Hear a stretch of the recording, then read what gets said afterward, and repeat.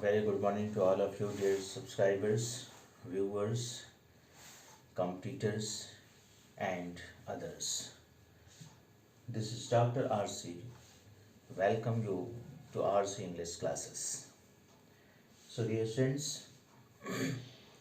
हम लोग transformation topic का स्टडी कर रहे हैं. We are learning transformation. In previous video lecture we learned how a simple sentence is transformed into compound sentence. So previous video lecture में हम लोगों ने लर्न किया कि कैसे एक सिंपल सेंटेंस को कंपाउंड सेंटेंस में ट्रांसफॉर्म किया जाता है by using cumulative conjunction. Cumulative conjunction का प्रयोग करके टाइप फर्स्ट के अंतर्गत हम लोगों ने कल सीखा, लर्न किया कि क्यूमुलेटिव कंजंक्शन का प्रयोग करके दो स्टेटमेंट्स को जोड़कर कंपाउंड सेंटेंस कैसे बनाया जाता है. क्यूमुलेटिव कंजंक्शंस में हम लोगों ने एंड का प्रयोग किया, एज वेल एज का प्रयोग किया और नॉट ओनली बट आल्सो. ये तीन क्यूमुलेटिव कंजंक्शंस थे जिनका प्रयोग करके हम लोग दो स्टेटमेंट्स को जोड़कर एक कंपाउंड सेंटेंस बनाया या सिंपल सेंटेंस को कंपाउंड सेंटेंस में चेंज किया. ओके स्टूडेंट्स, सो आज हम प्रोसीड करेंगे उसके आगे टाइप सेकंड पर. टाइप सेकंड के अंतर्गत हम लर्न करेंगे कैसे जो अल्टरनेटिव कंजंक्शन का प्रयोग करके एक सिंपल सेंटेंस को कंपाउंड सेंटेंस में ट्रांसफॉर्म किया जाता है. प्रीवियस वीडियो लेक्चर में एक सिंपल सेंटेंस को आपने कंपाउंड सेंटेंस में ट्रांसफॉर्म किया क्यूमुलेटिव कंजंक्शन के प्रयोग के द्वारा. उस सिंपल सेंटेंस में से किसी वर्ड या फ्रेज को आपने एक क्लास में चेंज किया और उसके लिए कोऑर्डिनेटिंग कंजंक्शन यानी क्यूमुलेटिव कंजंक्शन का प्रयोग करके उसे कोऑर्डिनेटिंग क्लास में परिवर्तन किया और कोऑर्डिनेटिंग क्लास में परिवर्तन करने के बाद उसे सिंपल सेंटेंस के मुख्य सेंटेंस से प्रिंसिपल क्लास से जोड़ दिया और इस तरह से जोड़ करके आपने एक सिंपल सेंटेंस को कंपाउंड सेंटेंस में ट्रांसफॉर्म किया. आज भी हम वही प्रक्रिया करेंगे, लेकिन आज के जो सिंपल सेंटेंस का नेचर होगा वो थोड़ा डिफरेंट होगा, उसका जो सेंस होगा वो उससे थोड़ा अलग होगा और इसीलिए इस टाइप का जो सिंपल सेंटेंस है उसके लिए हम अल्टरनेटिव कोऑर्डिनेटिंग कंजंक्शन का प्रयोग करते हैं. अल्टरनेटिव कंजंक्शन का प्रयोग करके हम एक कोऑर्डिनेटिंग क्लास बनाएंगे और उस कोऑर्डिनेटिंग क्लास को मेन क्लास से सिंपल सेंटेंस के मुख्य सेंटेंस से हम जोड़ करके उसे कंपाउंड सेंटेंस में बना देंगे, सेंस को सुरक्षित रखते हुए. यानी सेंस में परिवर्तन हम नहीं करेंगे. यही हमें सबसे ज़्यादा ध्यान देने की ज़रूरत होती है जब हम किसी भी सेंटेंस का ट्रांसफॉर्मेशन कर रहे होते हैं. तो हमें सबसे ज़्यादा सावधानी क्या रखनी है, रूल्स के अनुसार हम परिवर्तन करें, साथ ही साथ ये भी ध्यान दें कि गलती से हम किसी ऐसे वर्ड का प्रयोग ना कर दें ट्रांसफॉर्मेशन करते समय जिससे कि उस सेंटेंस की मीनिंग में परिवर्तन आ जाए, क्योंकि सेंटेंस का सेंस जो मीनिंग है, सेंस जो है वो सेम रहना चाहिए ट्रांसफॉर्मेशन करने पर. ओके, सो आज हम लोग देखेंगे अल्टरनेटिव कंजंक्शंस. थोड़ा हम अल्टरनेटिव कंजंक्शंस के बारे में आपको बताते हैं. ये अल्टरनेटिव कंजंक्शंस जो हैं ऐसे कंजंक्शंस हैं जिनका प्रयोग चॉइस के लिए किया जाता है, विकल्प का सेंस देने के लिए किया जाता है. चॉइस. तो जिस सिंपल सेंटेंस के माध्यम से को पढ़ने पर हमें ये पता चले कि इसमें चॉइस है, इसमें चॉइस का सेंस आ रहा है कि ये करो नहीं तो ये हो जाएगा, अगर ऐसा नहीं करोगे तो वैसा हो जाएगा. यानी इस तरह से सेंस मिलेगा जब आप एग्जाम्पल को सॉल्व करेंगे अभी थोड़ी देर में। तो मैं एग्जाम्पल को एक्सप्लेन करूँगा तो आपको समझ में आएगा। ऐसी कंडीशन होने पर हम अल्टरनेटिव कंजंक्शन का प्रयोग करके कोऑर्डिनेटिंग क्लॉज बना करके सिंपल सेंटेंस को कंपाउंड सेंटेंस में चेंज करते हैं या कंपाउंड सेंटेंस में ट्रांसफॉर्म करते हैं। टाइप फर्स्ट में हमने लर्न किया था दो स्टेटमेंट्स को, जिसमें विकल्प नहीं थे, दो स्टेटमेंट्स को हम क्यूमुलेटिव कंजंक्शन के द्वारा जोड़ते थे। क्यूमुलेटिव कंजंक्शन के द्वारा एक स्टेटमेंट को हम कोऑर्डिनेटिंग क्लॉज में डेवलप करते थे और उसको मेन प्रिंसिपल क्लॉज से जोड़ देते थे। यहाँ पर हम अल्टरनेटिव कंजंक्शन का प्रयोग करेंगे, क्योंकि सेंटेंस, सिंपल सेंटेंस जब आप पढ़ेंगे तो उससे आपको सेंस मिलेगा। इसमें जो प्रयुक्त वर्ड या फ्रेज होगा, जो एक क्लॉज में डेवलप होगा, जो एक क्लॉज का सेंस देता है या मेन सेंटेंस से कुछ और मीनिंग को प्रकट करता है, वह उसके विकल्प के रूप में प्रकट करता है, एक चॉइस देता है। ओके स्टूडेंट्स, सो आइए हम एग्जाम्पल से देखते हैं। Example first,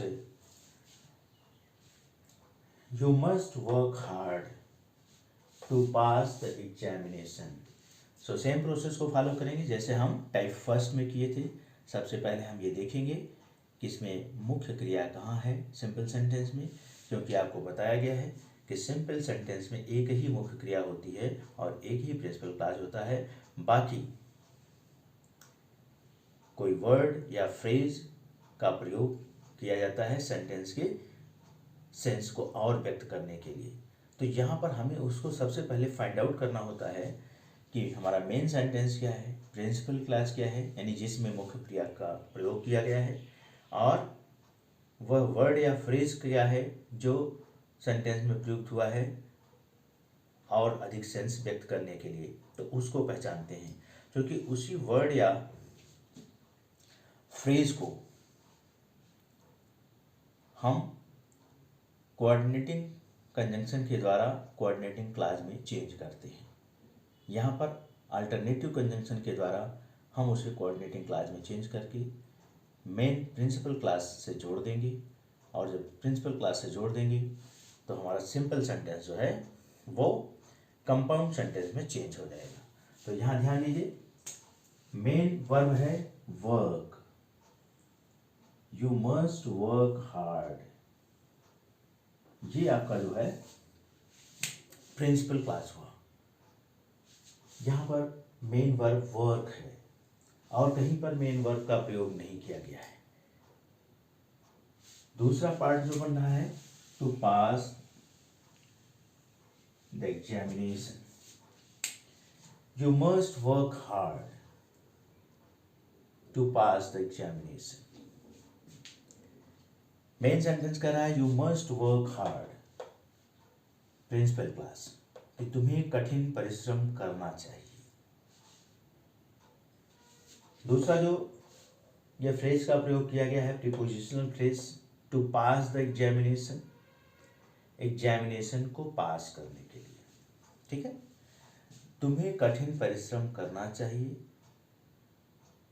you must work hard to pass the examination, examination को पास करने के लिए। कहने का आशय क्या है, यहाँ चॉइस दिया जा रहा है कि अगर आप एग्जामिनेशन पास करना चाहते हो तो तुम्हें वर्क, कठिन परिश्रम करना पड़ेगा या कठिन परिश्रम करना चाहिए। यानी कठिन परिश्रम करो, नहीं तो एग्जाम में फेल हो जाओगे। ये चॉइस आ रहा है, यू मस्ट वर्क हार्ड, तुम्हें कठिन परिश्रम करना चाहिए to pass the examination, examination pass करने के लिए। अगर हम इसी दूसरे शब्दों में से कहें हिंदी में कि तुम्हें कठिन परिश्रम करना चाहिए, नहीं तो फेल हो जाओगे।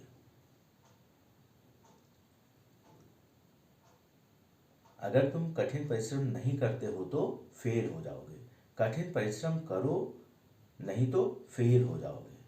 तो यहाँ अल्टरनेटिव कंजंक्शन का प्रयोग करेंगे हम। किस अल्टरनेटिव कंजंक्शन का? और का। ये हमारे सामने अल्टरनेटिव कंजंक्शन ब्रैकेट में लिखे हैं, or, otherwise, either or, neither or. ये अल्टरनेटिव कंजंक्शन है जिनका प्रयोग हम जो है विकल्प का सेंस देने के लिए करते हैं, सिंपल सेंटेंस को कंपाउंड में चेंज करते समय। या तो ये करो या तो ये हो जाएगा, नहीं करोगे तो ये हो जाएगा। इस तरह से कुछ सेंस सेंटेंस का मिलता है। तो you must work hard to pass the examination. You must work hard, तुम्हें कठिन परिश्रम करना चाहिए, नहीं तो तुम फेल हो जाओगे, नहीं तो तुम परीक्षा नहीं पास कर पाओगे। तो ये विकल्प तुम्हारे सामने रखा जा रहा है कि कठिन परिश्रम करोगे या परीक्षा में फेल होना चाहते हो। ओके स्टूडेंट्स, तो इसको हम चेंज करेंगे अल्टरनेटिव कंजंक्शन का प्रयोग करके। वो अल्टरनेटिव कंजंक्शन जो आप प्रयोग करेंगे वो क्या होगा? वो होगा आर।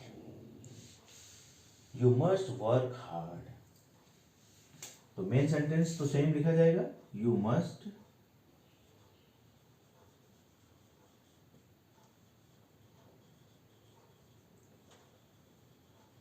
वर्क हार्ड, और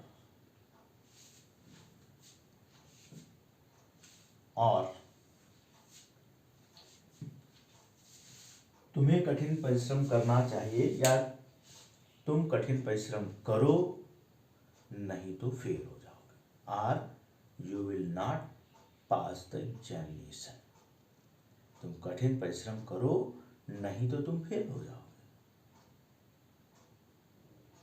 और अथवा या तुम कठिन परिश्रम करो या तो तुम फेल हो जाओगे, या तुम परीक्षा नहीं पास कर पाओगे। तो यू मस्ट वर्क हार्ड और you will not pass the examination, और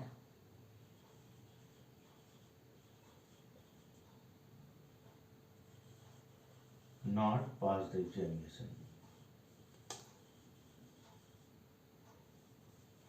अब पूरा ये एग्जामिनेशन लिख लीजिएगा। तो ये हुआ आर का प्रयोग, alternative conjunction. You must work hard और you will not pass the examination. एक चीज साथ साथ यहाँ पर और आप ध्यान देते चलिए, ये जो आर अल्टरनेटिव कंजंक्शन का प्रयोग किया जाता है, तो आर के बाद पूरा कंप्लीट सेंटेंस लिखा जाता है सब्जेक्ट, वर्ब और ऑब्जेक्ट के फॉर्म में।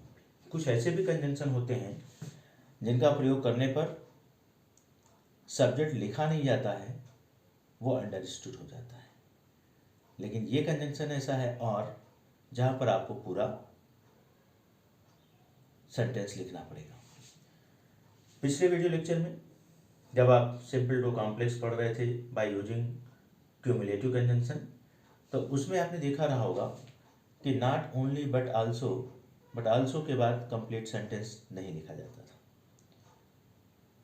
तो इन सब पर भी आपको ध्यान देना है, क्योंकि find out the correct sentence, जिसको आप सिंटैक्स बोलते हैं, सिंटैक्स के अंतर्गत इस तरह से सेंटेंस दे करके आपको पूछा जा सकता है करेक्ट द फॉलोइंग सेंटेंस, कि सेंटेंस में करेक्शन कीजिए।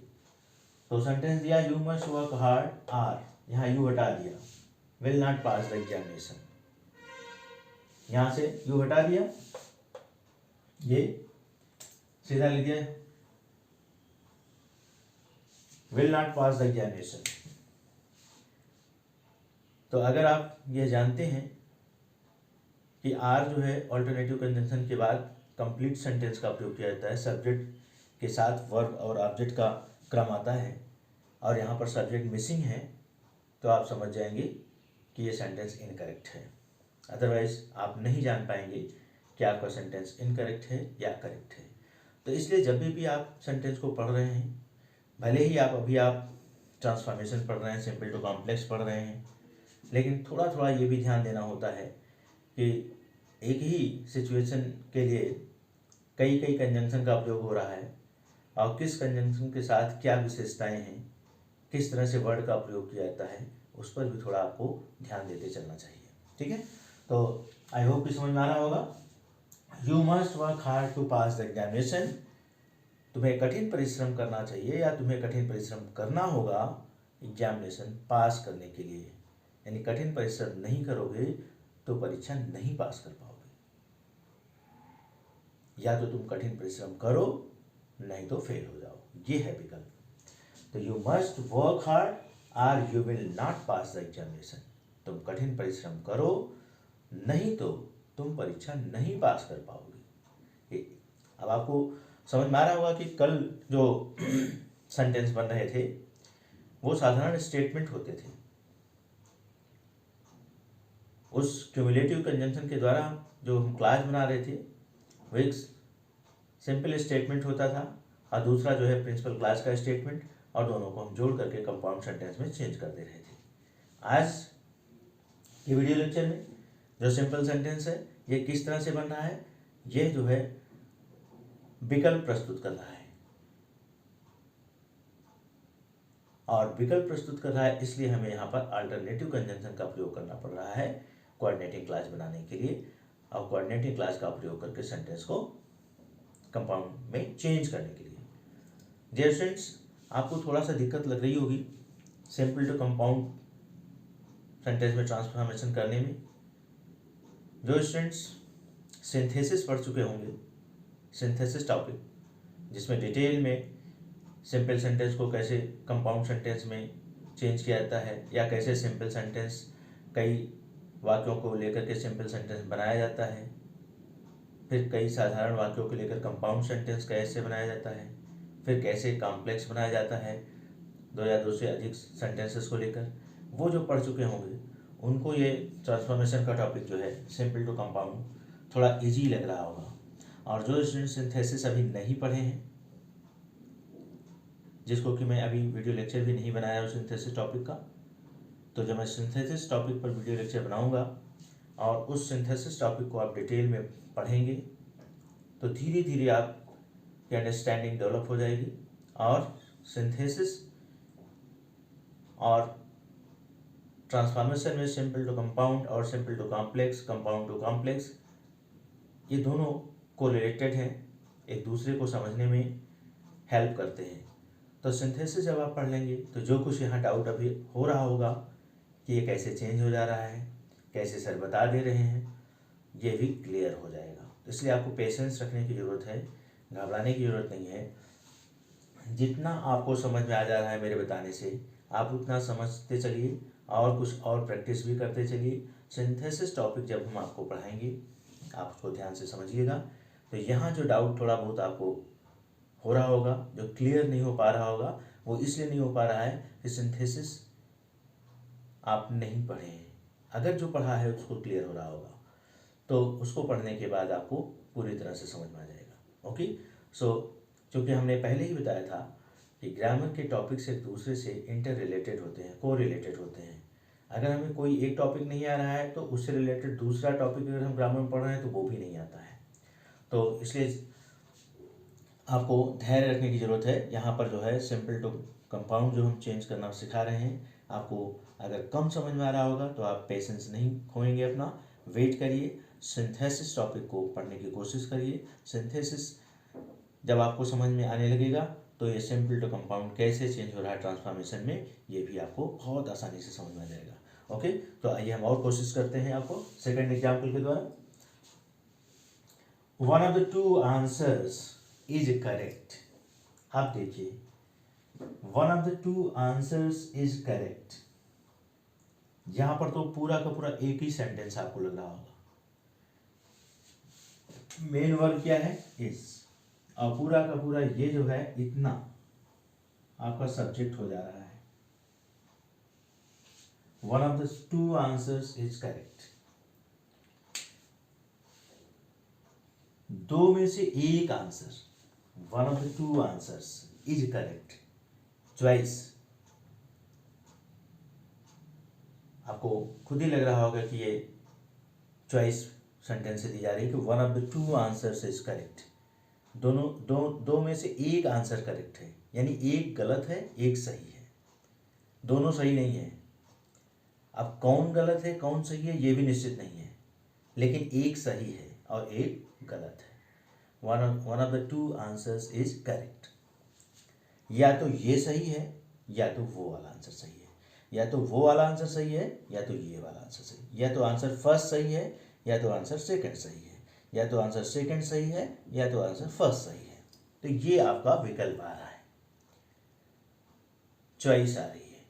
यहाँ पर अल्टरनेटिव कंजंक्शन का हम किस कंजंक्शन का प्रयोग करेंगे, किस अल्टरनेटिव कंजंक्शन का प्रयोग करेंगे? Either or. अगर इस तरह से चॉइस देने वाला सेंटेंस, सिंपल सेंटेंस अगर अफर्मेटिव में है तो हम आइदर आर का प्रयोग करते हैं, और नेगेटिव में होता है, नेगेटिव में सेंस देता है तो नाइदर नॉर का। देखिए ये यहाँ पर है आइदर आर, नाइदर नॉर। ये कंजंक्शंस हैं अल्टरनेटिव कंजंक्शन, जिनका प्रयोग हमें अगर इस तरह के विकल्प मिलते हैं तो इनका प्रयोग करके हम कोऑर्डिनेटिंग क्लास बनाते हैं और फिर सेंटेंस को कंपाउंड सेंटेंस में चेंज कर देते हैं, सिंपल सेंटेंस को। ओके सो या तो ये सही है या तो वो सही है, या तो आंसर फर्स्ट सही है, यानी one of the two answers is correct. दोनों नहीं सही है, एक सही है और एक गलत है, लेकिन ये नहीं पता है कि कौन सही है कौन गलत है, फर्स्ट सही है या सेकंड सही है, फर्स्ट गलत है या सेकंड गलत है। तो ऐसी स्थिति में हम आइदर आर का जो अल्टरनेटिव कंजंक्शन है का प्रयोग करके कोऑर्डिनेटिंग क्लास बनाते हैं और कंपाउंड सेंटेंस में सिंपल सेंटेंस को चेंज करते हैं, ट्रांसफॉर्म करते हैं। तो हम क्या करेंगे? आइदर दिस और दैट, या तो यह या तो वह। आइदर दिस और दैट आंसर इज करेक्ट। तो ये आपका कंपाउंड में चेंज हो जाता है, आइदर दिस और दैट आंसर इज करेक्ट।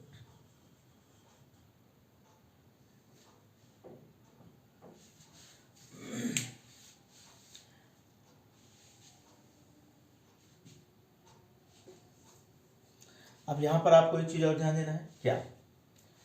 देखिए क्वेश्चन सेंटेंस में लिखा है one of the two answers, one of the to के बाद आंसर्स लिखा है प्लूरल नंबर में। अगर वन ऑफ द टू के बाद आंसर कहीं लिखा है, प्लूरल नंबर का प्रयोग नहीं किया गया है, तो वो इनकरेक्ट सेंटेंस है। थोड़ा इनकरेक्ट वाले सेंटेंस को भी ध्यान देते चलिए, क्योंकि आगे सिंटैक्स में आपको करेक्ट फॉर्म सेंटेंसेस में आपको पढ़ना पड़ेगा कि सेंटेंस में जो दिया है उसमें कहाँ गलत है, उसको सही करके लिखिए। आपको गलत सेंटेंस दिए रहेंगे, सही करके लिखना होगा, तो उसमें ये माइन्यूट डिफरेंसेस भी दिए रहते हैं, जिसके कारण सेंटेंस गलत होता है। अगर आप माइन्यूटली सेंटेंस को नहीं पढ़ते हैं, नहीं समझते हैं, तो आप समझ ही नहीं पाएंगे कि वो सेंटेंस आपका गलत है। जैसे यही लिखा है, मान लो one of the two answer is correct, तो आप सोचेंगे one of the two answer is correct, सही तो है। One of the two answers are correct लिखा है, तो आप सोचेंगे ये भी सही है, क्योंकि आंसर्स के बाद आर लगता है, तो ऐसा नहीं है। वन ऑफ द टू के बाद प्लूरल नंबर का नाउन आता है या प्रोनाउन आता है, लेकिन उसका सेंस सिमिलर ही होता है। One of the two answers is correct. जब उसको आप कंपाउंड में चेंज करिए, इधर आर का प्रयोग करिए, तो इधर आर के साथ आपने दिस लगाया और दैट, इधर दिस, यानी या तो यह आंसर या तो वह आंसर सही है। तो दिस एंड दैट के बाद ये आंसर्स नहीं लगेगा, गलती से आंसर्स नकल करके ना लिख दीजिएगा, तब वहाँ सिंगुलर हो जाएगा, answer is correct. Okay students, तो इसको भी आप ध्यान देते चलिए, इधर दिस और दैट आंसर इज करेक्ट, या तो ये आंसर या तो वो आंसर सही है। ओके स्टूडेंट्स, सो इस तरह से आप देख पा रहे होंगे कि जब तक हम सिंपल सेंटेंस के पूरे भाव को नहीं समझ पा रहे हैं, तब तक हम उसे कंपाउंड सेंटेंस में अल्टरनेटिव कंजंक्शन का प्रयोग करके या किसी और सुटेबल कंजंक्शन का प्रयोग करके हम उसे ट्रांसफॉर्म नहीं कर सकते। तो आपको पूरा नॉलेज लैंग्वेज की होनी चाहिए, सेंटेंस की अंडरस्टैंडिंग होनी चाहिए, ट्रांसलेशन की नॉलेज थोड़ी होनी चाहिए और वर्ड पावर के साथ साथ होना चाहिए, जिससे कि आप सेंटेंस के सेंस को समझ सकें कि सेंटेंस के माध्यम से क्या कहा जा रहा है। One more example, third example. तो एक और एग्जाम्पल के साथ हम आपको और समझाने की कोशिश करते हैं कि कैसे अल्टरनेटिव कंजंक्शन का प्रयोग करके हम सिंपल सेंटेंस को कंपाउंड में चेंज करते हैं। You will miss the first बस। मेन सेंटेंस आपका क्या है यहाँ पर? You will miss the first bus without running fast. देखिए यहाँ तो सेंटेंस लग रहा था कि एक ही सेंटेंस है, one of the two answer is correct, और वो एक ही सेंटेंस है भी, केवल सेंस के आधार पर वो दूसरे सेंटेंस का सेंस आ रहा था। कोई ऐसा वर्ड वहाँ लिखा नहीं गया था जिससे कि हम डेवलप करते।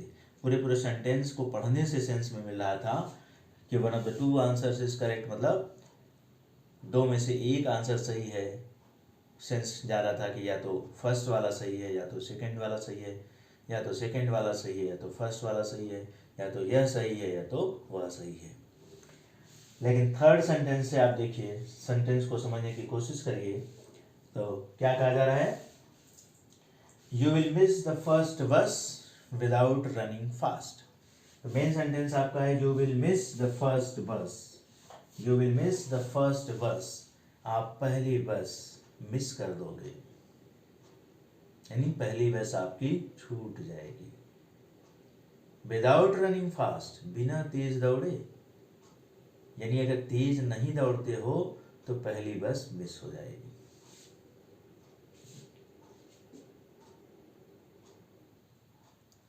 ओके, अगर तेज नहीं दौड़ते हो तो पहली बस आपकी मिस हो जाएगी। तेज दौड़ो, नहीं तो बस छूट जाएगी। यही सेंस आ रहा है ना? तेज दौड़ो नहीं तो बस छूट जाएगी, या तेज दौड़ो अन्यथा बस छूट जाएगी। ये अदरवाइज, यहाँ पर जो विकल्प में अल्टरनेटिव कंजंक्शन जो सुटेबल हो रहा है वो अदरवाइज क्या हो रहा है? विदाउट रनिंग फास्ट, यानी run fast, run fast, otherwise you will miss the first बस। तेज दौड़ो नहीं तो तुम पहली बस मिस कर दोगे, पहली बस छूट जाएगी। ये सेंस है। तो यहां से विदाउट रनिंग फास्ट को हम जो है एक कोऑर्डिनेटिंग क्लास में डेवलप कर रहे हैं। इसकी सहायता से कोऑर्डिनेटिंग क्लास बना रहे हैं अल्टरनेटिव कंजंक्शन का प्रयोग करके। Run fast otherwise, run fast otherwise. तो यहां से हम सेंटेंस की शुरुआत करेंगे, run fast otherwise you will miss the first बस। हमने बताया था आपको कि हमारा जो वर्ड है सिंपल सेंटेंस में, मेन सेंटेंस के अलावा या फ्रेज है, वो सेंटेंस के बिगिनिंग में भी हो सकता है, सेंटेंस के लास्ट में भी हो सकता है। सेंटेंस के सेंस के अनुसार हम कोऑर्डिनेटिंग क्लास को पहले प्रयोग कर सकते हैं और बाद में भी कर सकते हैं। तो जैसे ही सेंटेंस का सेंस होता है, उस सेंस को प्रिजर्व करने के लिए हम कोऑर्डिनेटिंग क्लास को आगे या पीछे प्रयोग करते हैं और कंप्लीट सेंटेंस बनाते हैं। सेंस को व्यक्त करने के लिए, वही उसी सेंस को व्यक्त करने के लिए जो सेंस क्वेश्चन सेंटेंस से निकलता है। You will miss the first bus without running fast, बिना तेज दौड़े तुम्हारी पहली बस छूट जाएगी। दूसरे शब्दों में कहें, तेज दौड़ो नहीं तो पहली बस छूट जाएगी। तो रन फास्ट अदरवाइज, अन्यथा you will miss the first train. तो चेंज करते हैं कंपाउंड में, रन फास्ट अदरवाइज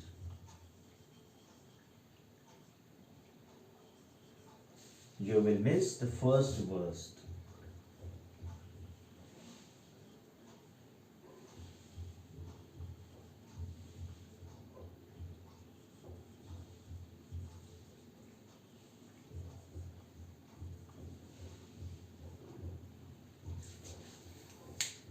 तो ये हुआ आपका compound sentence. Run fast otherwise you will miss the first bus. Okay dear students, so इस तरह से ये मैंने आज आपको सेकंड टाइप के अंतर्गत ऐसे सिंपल सेंटेंस को कंपाउंड में ट्रांसफॉर्म करना बताया, जिसमें अल्टरनेटिव कंजंक्शन का प्रयोग करके कोऑर्डिनेटिंग क्लास बनाया गया, जहाँ पर सिंपल सेंटेंस से हमें विकल्प का भाव बोध होता था, चॉइस का सेंस आता था, और इसीलिए हम अल्टरनेटिव कंजंक्शन यानी चॉइस के सेंस देने वाले कंजंक्शन का प्रयोग करके कोऑर्डिनेटिंग क्लास बनाकर सिंपल सेंटेंस को जो है कंपाउंड सेंटेंस में ट्रांसफॉर्म किया. ओके डियर स्टूडेंट्स, सो इस वीडियो लेक्चर को अगर आपको एक बार में नहीं समझ में आता है, दोबारा देखिएगा, प्रैक्टिस करिएगा, 2-3 बार आप सुनने की कोशिश करिएगा, और साथ ही साथ आपके साथ पेन होनी चाहिए. आप लिखते भी चलिए सेंटेंस को, प्रैक्टिस भी करते चलिए. धीरे धीरे आपको समझ में आएगा, थोड़ा टाइम लगेगा, तो आपको घबराने की ज़रूरत नहीं है. और अगर जैसा कि हमने पहले भी बताया, अगर ट्रांसफॉर्मेशन का ये टॉपिक आप जो पढ़ रहे हैं, जो मैं अभी बता रहा हूँ, नहीं समझ में आ रहा है, तो इसका मतलब आपको सिंथेसिस आप अभी नहीं पढ़े हैं. सिंथेसिस जब आप पढ़ लेंगे तो ये टॉपिक और क्लियर हो जाएगा. कोई बात नहीं है, किसी न किसी को हमें पहले पढ़ना होता है. तो ट्रांसफॉर्मेशन का टॉपिक चल रहा था, तो ट्रांसफॉर्मेशन के टॉपिक में सिंपल टू कंपाउंड आया, तो मैंने सिंपल टू कंपाउंड आपको समझाने की कोशिश किया, और आई होप कि आपको काफ़ी कुछ समझ में आ भी रहा होगा. जो यहाँ से थोड़ा डाउट बचा रह जाएगा, वो सिंथेसिस के टॉपिक को जब मैं पढ़ाऊँगा डिटेल में, तो वहाँ से और समझ में आ जाएगा, और जो स्टूडेंट्स पढ़ चुके होंगे उनको तो समझ में आ रहा होगा. Okay dear students, so this is enough for today. आज के लिए इतना पर्याप्त है, और we will see you in the next video lecture. अगले वीडियो लेक्चर में हम आपसे फिर मिलते हैं, और वहाँ पर हम थर्ड टाइप के और फोर्थ टाइप के जो सेंटेंस आएंगे, सिंपल सेंटेंस, उनको आप कैसे कंपाउंड में चेंज करेंगे, उनके लिए किस कंजंक्शन का प्रयोग करेंगे, ये हम आपको डिटेल में डिस्कस करेंगे. Okay, so next video lecture में simple to compound transformation finish हो जाएगा. हाँ, एक चीज़ और आपको मैं बताना चाहूँगा, जब आप सिंपल टू कंपाउंड पढ़ रहे हैं तो ठीक थोड़ा इसका उल्टा भी ध्यान देते चलिए. जैसे आपने सिंपल से कंपाउंड को ट्रांसफॉर्म किया, ऐसे ही अब आप इस पर ध्यान दीजिए. ये आपका कंपाउंड सेंटेंस है जो आप ट्रांसफॉर्म करके सिंपल से कंपाउंड में बनाए हैं. तो उस कंपाउंड सेंटेंस को अगर आपको सिंपल में बनाना है, तो ठीक इसके विपरीत रूल्स को उपयोग करेंगे, फॉलो करेंगे, और कंपाउंड से आपका सिंपल में भी बन जाएगा. तो थोड़ा सा माइंड को दोनों तरफ से देखते चलिएगा. सिंपल से हम कंपाउंड में जब आ रहे हैं तो किन कंजंक्शन का प्रयोग कर रहे हैं, किस वर्ड या फ्रेज को हम डेवलप करके कोऑर्डिनेटिंग क्लास बना रहे हैं, और जब कंपाउंड से सिंपल में जाने लगेंगे तो उस कंजंक्शन को आप हटाएंगे.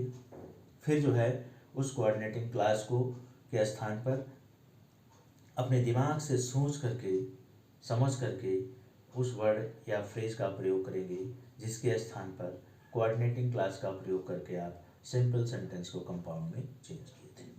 ओके डियर स्टूडेंट्स, सो इस तरह से भी आप प्रैक्टिस करते चलिएगा, तो सिंपल से कंपाउंड और कंपाउंड से सिंपल दोनों आप सीखते चलेंगे एक साथ. Okay, so bye bye, see you again in the next video lecture.